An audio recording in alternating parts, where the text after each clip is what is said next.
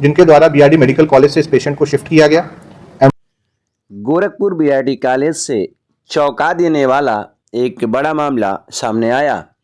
मरीजों को रेफर करा और उनको गुमराह करने वाले 8 लोगों को पुलिस ने किया गिरफ्तार, उनके विरुद्ध किया पाबंद। जी हाँ, हम बात कर रहे हैं गोरखपुर बीआरडी कॉलेज की, जहां से प्राइवेट एम्बुलेंस के जरिए और कुछ अन्य सुविधाओं के द्वारा मरीजों को गुमराह करके उनसे बड़ी धन उगाही करने का कार्य ये टीम करती थी, जिसमें पुलिस की टीम लगाई गई थी और इनकी गिरफ्तारी कर इन्हें जेल भेज दिया गया है।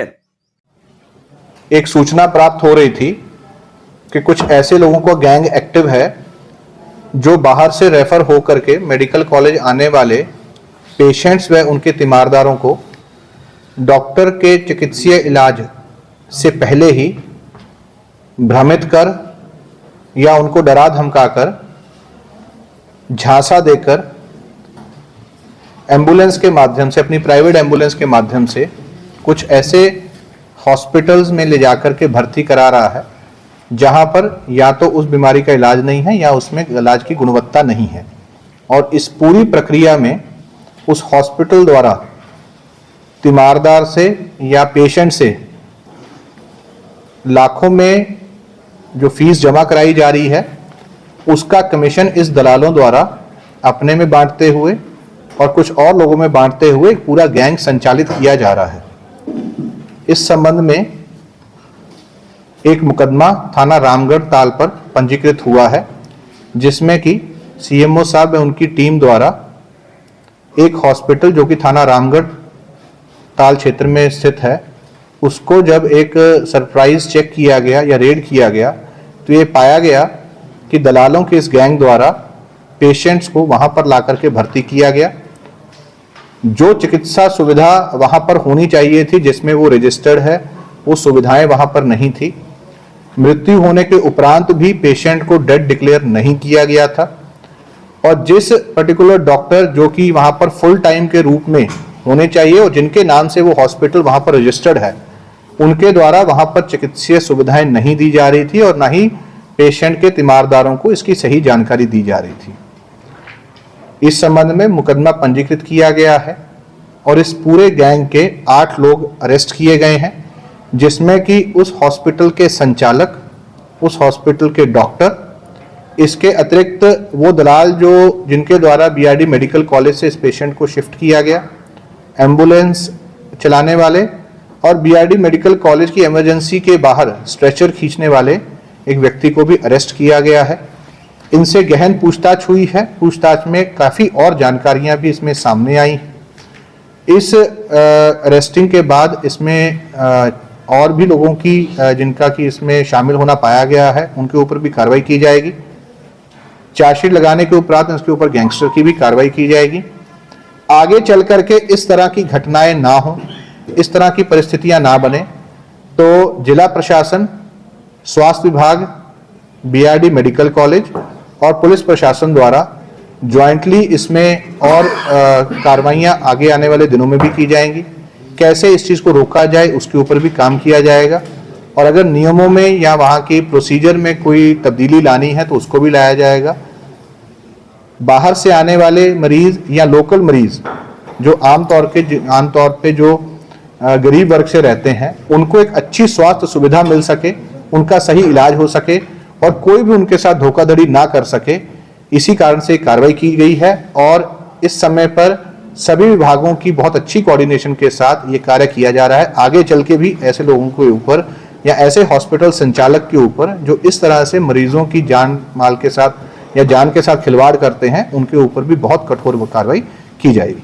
सर, कोई डॉक्टर अपना लाइसेंस अगर जगह देता हूँ, उन डॉक्टर पे क्या करोगे? देखिए, इससे पहले भी ये चीज कार्रवाई के माध्यम से भी बताई गई है, प्रचार प्रसार के माध्यम से भी बताई गई है।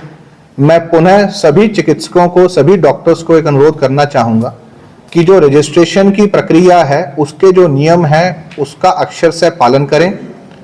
अगर आपके नाम पर कोई हॉस्पिटल संचालित हो रहा है जिसमें कि आप खुद एफिडेविट देते हैं कि मेरे द्वारा यहाँ पर ऑल टाइम रह करके मरीजों का इलाज किया जाएगा, उन शर्तों का पालन करें।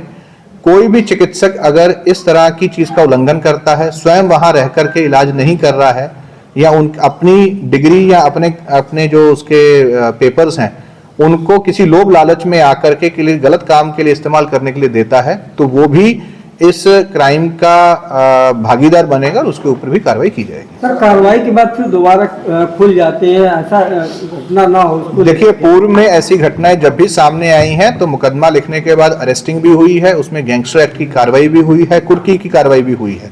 ऐसी चीजें जब भी सामने आती हैं बहुत कठोर कार्रवाई की जाती है, और यदि आगे चल के भी कोई ऐसा करेगा तो उनके ऊपर भी बहुत कठोर कार्रवाई की जाएगी। जिस हॉस्पिटल में डेड बॉडी का इलाज कर रहे थे, तो क्या पहले भी इस तरह के केसेस उनसे पूछताछ में कुछ निकले हैं? देखिए, जिस तरह की चिकित्सा सुविधाएं उस हॉस्पिटल में होनी चाहिए, जिन मानकों के तहत, जिसमें कि सीएमओ साहब द्वारा स्वयं विजिट किया गया, उनके डॉक्टर्स की टीम द्वारा विजिट किया गया, तो जो रजिस्ट्रेशन में उनके द्वारा अपना स्व घोषित पत्र दिया गया था, जिन मानकों के तहत रजिस्ट्रेशन हुआ था, वो मानक वहां पे नहीं पाए गए, जिस कारण से स्वास्थ्य विभाग के अधिकारियों द्वारा ही इसमें मुकदमा पंजीकृत कराया गया। प्रायः देखा जाता है कि हॉस्पिटल में घटनाएं हो जाती है और मौत भी हो रही है, इस पे लगाम लगाने के लिए जिला प्रशासन द्वारा क्या कार्रवाई की है? इसमें बेसिकली हमारे यहाँ जो जनपद में जो हॉस्पिटल्स हैं, मेन तो हमारे यहाँ बीआरडी है जो टर्शरी केयर सेंटर्स हैं। इसमें गोरखपुर एवं आसपास के जनपद के सारे पेशेंट्स के लिए आते हैं। In fact bordering districts of Bihar, Nepal, सभी जगह के लोग आते हैं। तो चिकित्सा के लिए तो ये इमरजेंसी है, नॉर्मल ओपीडीज़ है। इसमें मतलब रेगुलर बेस इधर कुछ दिन से शिकायतें आ रही थी, जिसको जब स्पेसिफिकली वर्कआउट किया गया है तो कलेक्टिवली ये मतलब जो 2 दिन पहले कार्रवाई हुआ है 16 नाइट को, उसी एफर्ट का नतीजा है। और इसमें हम लोग ये चिन्हित कर रहे हैं इस तरह के कितने हॉस्पिटल्स हैं जो खासकर जो डिस्ट्रिक्ट हॉस्पिटल्स, वीआरडीज, इन सब से पेशेंट्स को बरगला के अपने यहाँ मंगवाते हैं, और जो कुछ एम्बुलेंसेज इसमें इन्वॉल्व हैं, इन सबको चिन्हित किया जा रहा है। इन सब के खिलाफ कार्रवाई की जाएगी। और इनफैक्ट जो इंस्पेक्शन का जो प्रोसेस है, इसको हम लोग थोड़ा और रोबस्ट बनाएंगे। इसमें जो कमियां निकल के आई हैं, जैसे जो अभी जो घटना हुई है, इसमें मतलब हमारा जो इंस्पेक्शन प्रोसेस है उसमें ये सब बिंदु को कभी देखा नहीं जा रहा था। Will add these points also, और हम लोग इंश्योर करेंगे कि बेटर रिजल्ट्स आए, पब्लिक को बेटर सुविधा हो सके, मिल सके, और जो एग्जिस्टिंग गवर्नमेंट फैसिलिटीज़ भी जो अवेलेबल है उसका कंप्लीट लाभ पब्लिक ले सके, ये हम लोग का टारगेट रहे। अच्छा, तो देखा जाता है हॉस्पिटल सील हो जाता, फिर दोबारा खुल जाते, तो कहीं ना कहीं स्वास्थ्य विभाग की इसमें बिना मिली भगत की ये नहीं होता, तो इसमें उनको क्या कार्रवाई की जनरली जो हॉस्पिटल सील करके बंद कर दिया जाता है, तो चूंकि ये सब रेंटल बिल्डिंग्स होते हैं, तो कोई नया अप्लाई करके उसमें परमिशन ले लेता है। तो जब भी 2 साल 3 साल के बाद जब भी टीम जाती है चेक करने, हो सकता है डॉक्टर की टीम नहीं हो, तो उनके पास कोई भी एंटीसीडेंट का इस तरह का फाइल चेकिंग का वो रहता नहीं है पेपर्स इनके पास। नेवरदिलेस इसको भी अब हम लोग ईयरमार्क करेंगे कि कौन कौन बिल्डिंग्स में इस तरह की घटना हुई है, उसको भी हम लोग जो डॉक्यूमेंट है वो करेंगे, ताकि भविष्य में जो टीम्स इसको इंस्पेक्ट करने जाए तो कम से कम इनका एंटीसीडेंट और इस बिल्डिंग का पुराना इतिहास भी देख लें। जैसे स्वास्थ्य विभाग की मिली भगत भी सामने आती, बिना मिली भगत के इस तरह काम नहीं ये होता। जितने स्पेसिफिक इनपुट्स मिलेंगे, अगर विभाग का कोई अधिकारी या कर्मचारी लिप्त है तो उन पे भी कार्रवाई की जाएगी।